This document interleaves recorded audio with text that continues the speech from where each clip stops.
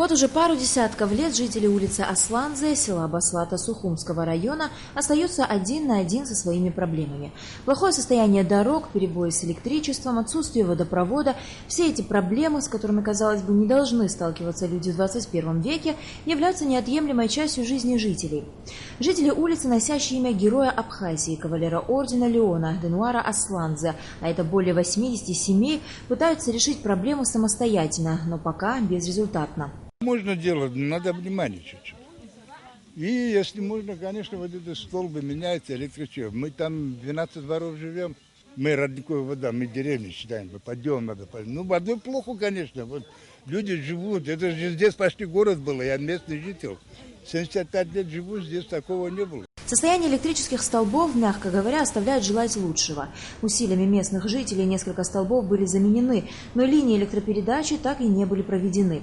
И дороги в таком состоянии, что зачастую даже такси и машины скорой помощи отказываются приезжать на вызов, а воду приходится набирать из близлежащих колодцев, что, согласитесь, никак не соответствует укладу жизни современного человека.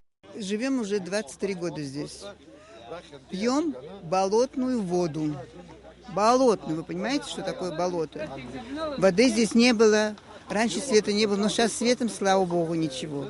Дороги никакой. У меня муж инсультник, лежит уже 2 года с инсультом. Тяжело больной, лежачий больной. Скорая помощь приходит часто вызывать, они не едут, говорят, дороги плохие, не могут выезжать. Сколько раз это было. Тяжелое положение. Сейчас хоть там дорогу сделали, хоть попутки отсюда ехали, я могла добираться как-то или за лекарством, или как-то что-то. А сейчас вообще тишина здесь, поехали все оттуда.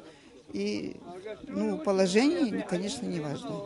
Общественный транспорт здесь явление редчайшее. Людям приходится преодолевать несколько километров пешком, чтобы добраться до центральной трассы. На собрание жителей улицы был приглашен депутат Народного собрания Валерий Кварча. Он со своей стороны пообещал сделать все возможное, чтобы хоть часть проблем села была решена в ближайшие сроки. Жители улицы Асланзе обращаются к районной администрации с просьбой обратить внимание на их проблемы, в особенности на отсутствие воды, что в летний период делает их существование буквально невыносимым.